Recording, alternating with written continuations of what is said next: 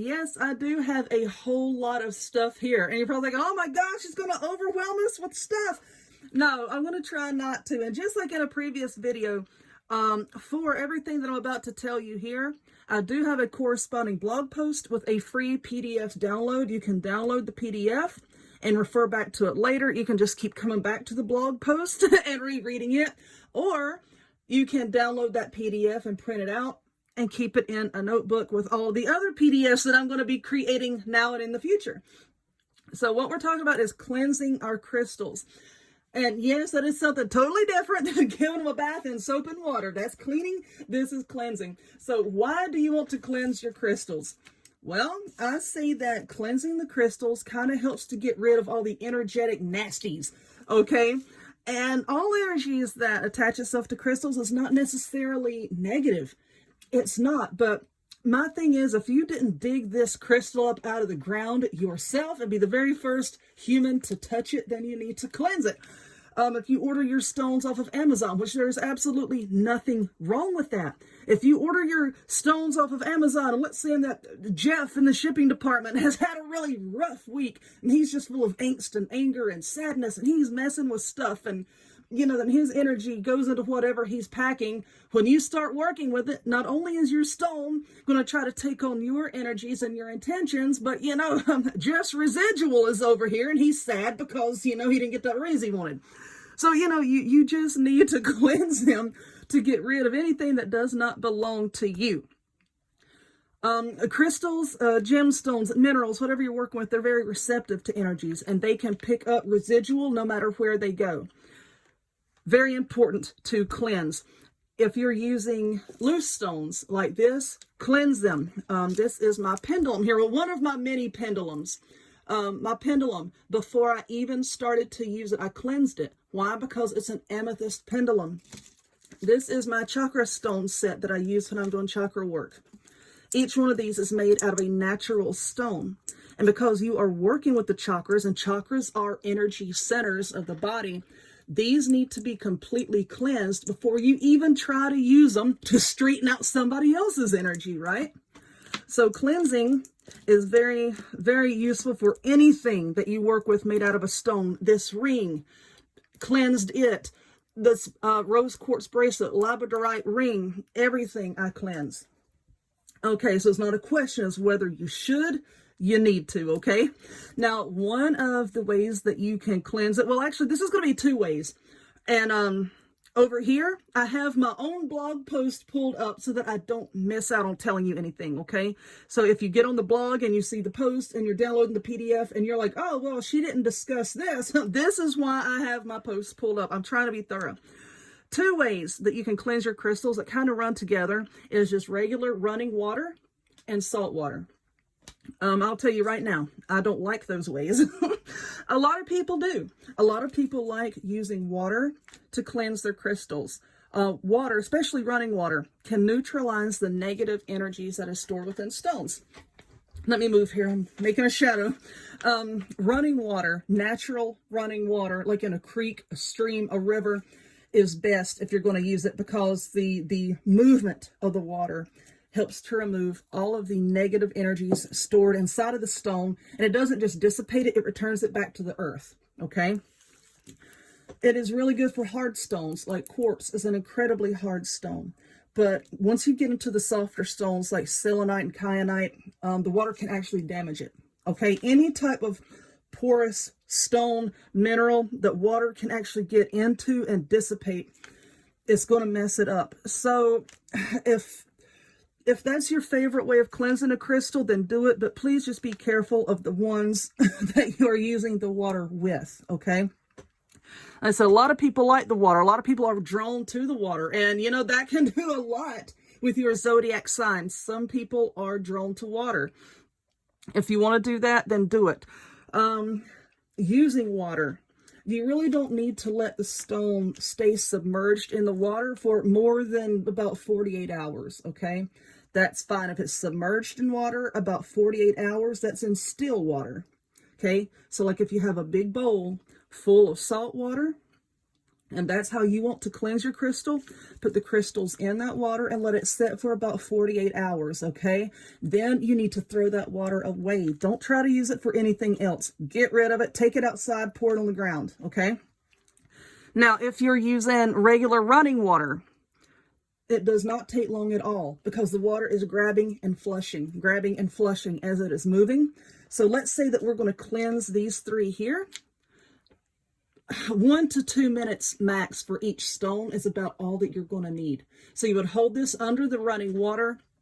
You can use tap water if you want to, as long as the water is moving. I don't really suggest tap water if you're on a city water line because, you know, they put chemicals and all kinds of nasties in that water, and I don't like that stuff touching my stones. So, you know, 1 to 2 minutes for this stone and then put it down. All right, now let's do this one. Hold it under the water, 1 to 2 minutes, put it down, and then move on to your next one if that's what you want to do. Brown rice. We all know that rice has absorbent properties. Why would you use brown rice instead of white rice? Well, brown rice is closer to its natural state than white rice that has been processed. So the way that you would do this is you just get a small bowl, a big bowl, depending on how big your stone is. You fill it up with the dry brown rice. Don't cook the rice because then you're going to make a mess. Fill your bowl up with dry brown rice. Put your stone in it and then cover it up with more rice so that it is completely covered. This works pretty much with any stone because the rice is not going to damage anything. It's not going to break it down. Okay, the rice is dry. It's not going to hurt anything. 24 to 48 hours is about how long you want to leave your stones in the rice. And then once you remove your stones, you know, just brush away any little rice pellets and then throw that rice away. Don't let your pet eat it. You don't eat it. Don't use it for anything else. I don't care what. Don't use it for anything. You need to get rid of it. So the next one is sunlight. Sunlight, I'm a moon person, okay? I resonate very strongly with the moon. I don't like the sun. When you're cleansing stones with the sun, it can damage stones that are vibrant, like this amethyst. You see like this deep, bright colored amethyst. Some stones can actually be bleached out and lose a little bit of their color if you leave them out in the sun. Some people love the sun, and if you do, that's fine. If you resonate with the sun, cleansing your crystals, then do that. When you do that, if you can, take your stone and set it directly on the ground, okay? Or if you don't have a place where you can go that has natural soil, you can ask somebody. I know it sounds silly, but you can ask somebody to please give you some dirt, maybe out of their yard or something, or you can go to a park or something and just get a few little scoops, put it in a little container so that your stone can actually touch it, okay? So what you want to do is, as the sun is setting, put your stone out there on that dirt and let it sit, and then bring it in the next day, you know, sometime before noon, okay? What that does is it lets not only the moon charge your sun. Oh my gosh. Not only does it let the moon charge your stone, but as the moon goes away and the sun comes up, then the sun charges it as well. See, you're getting the best of both worlds, okay? Putting your stones outside, please make sure that, you know, nobody's going to come along and steal it, for one, and make sure that, you know, your pets aren't going to mess with it, anything like that. And then once you take your stone off the dirt, just brush it off, make sure it's as clean as possible, and then it's ready for you to use. Moving on to one of my favorites. Y'all know I'm a big fan of smoke cleansing and sage and such as that. This is my favorite way to cleanse stones. Now, you can use a Palo Santo stick, which is known as holy wood, or you can use white sage. These are just some little sprigs of sage I had laying around. You light either one of these with your Palo Santo. You can light it, let it burn for a good 30 seconds or so, and then get rid of the flame and just let it smoke. A lot of times this burns itself out, so you don't have to worry about keeping an eye on the flame, but you don't want the flame to engulf your whole stick, okay? After about 30 seconds, blow the smoke out, or you can light your sage. And then as the smoke is coming up, you can hold your stone and then just do this number here. so that the smoke totally gets around all sides of your crystal, okay? When you're using sage, please be careful, because that movement can cause little pellets to fall down, and you don't want to set yourself on fire while you're doing this. That pretty much negates any of the positive vibes we got going on here. Fire bad, stone good. So you light this, and as it smokes, just do the same thing, you know, all around this. When you are doing this to your crystals with the smoke, do it outside, or you want to do it in a room where you can open the window. Why do you want to do that? To allow all of the negative energies to go out. And the same is true, you know, when you smudge your home or when you're smoke cleansing your home.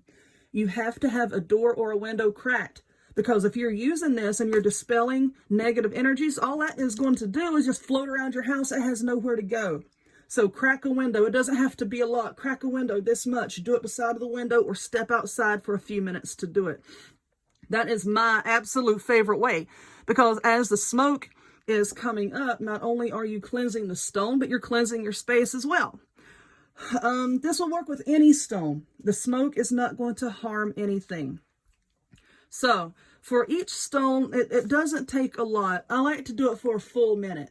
Okay, a full minute, that's pretty much all you need. It will work with the smaller ones. It'll work with these larger ones. You're just doing it around like this. This one here, my labradorite, you can do the same thing, as long as you can pick it up pretty much to get all the way around the stone. Okay, all the way around it. About a minute per stone. That's about all you really need for that. Okay. All right, now let's move on to sound. Everything, stones, everything around you has a vibration. Sound has a vibration. So if you want to cleanse your stones with vibration, and this is very good if you should have very large stones, or let's say that you're unable to pick up stones of even that size. If you can't pick something up. Now let me move this out of the way, because I'm about to show you my favorite stone. It's been with me for a very long time. It is incredibly heavy. I've had this one for many, many years. At the time I'm filming this, I had it right on, going on 23 years.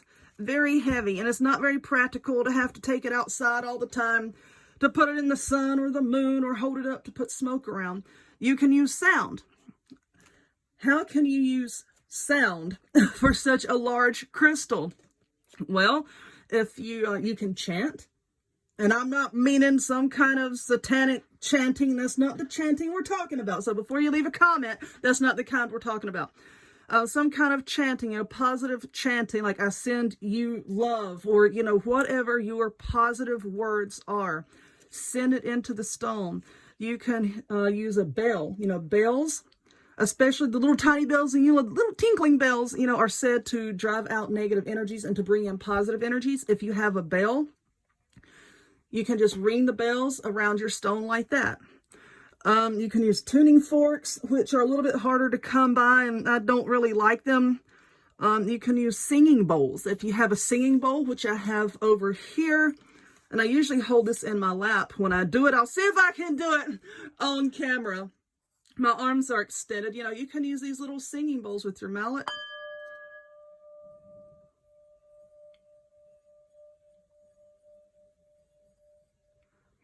To produce a tone. You can just wave the bowl, as you're, using your mallet there. You can just move the bowl around your stones. It can take a few minutes for the vibrations to permeate. So 10 minutes or so, of just constantly, chanting or using your bowl, ringing your bell, ring it, wait a second, ring it, wait a second.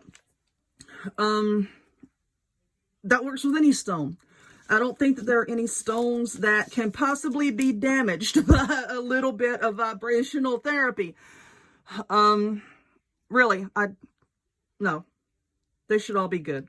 Anyway, some stones like different things, and I can't off the top of my head think of one that would not appreciate vibrational cleansing.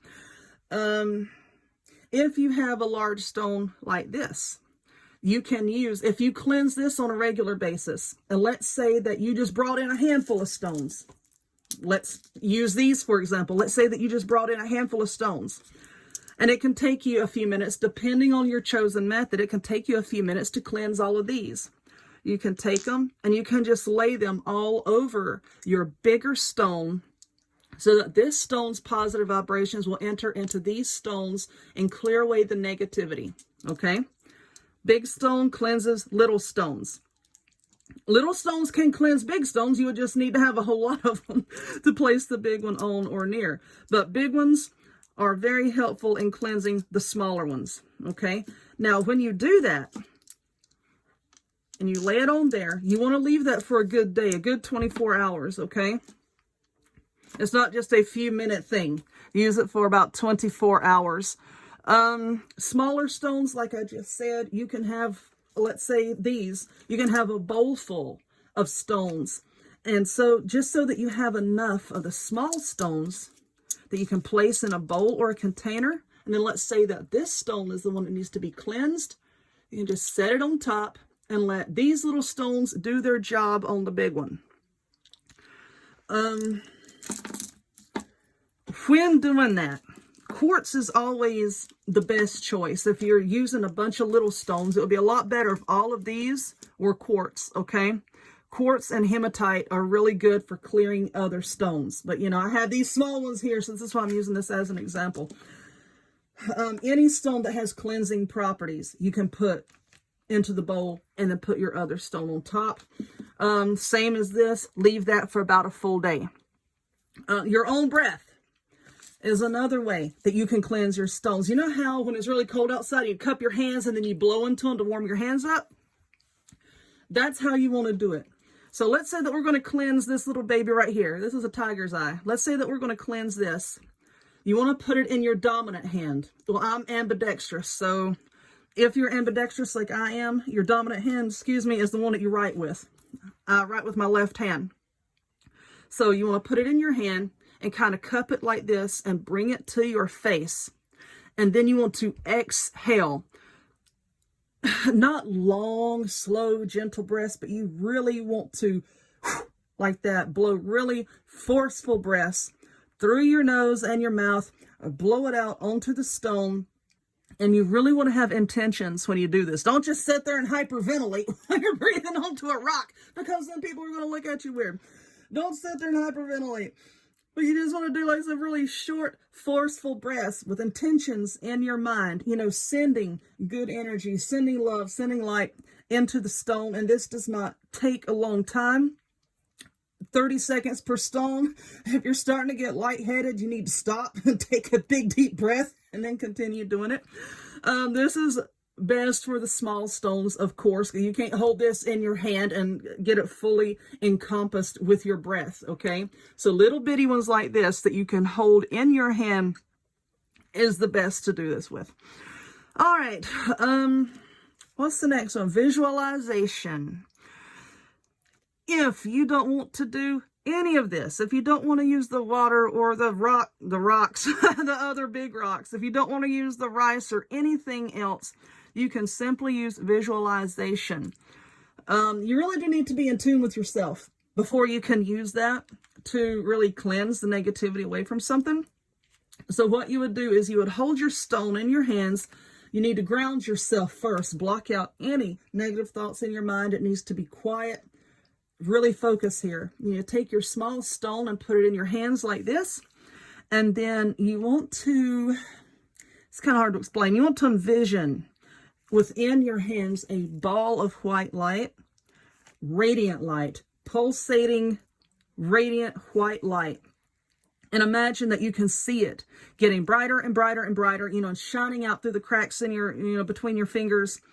And just imagine that light soaking into that stone and pushing out anything negative. When you're doing this, a lot of times you can actually feel the stone shifting energies. If you've not really worked with it a lot before, you can feel it sometimes. If you're used to stones and if you're used to working with them, you can actually feel this.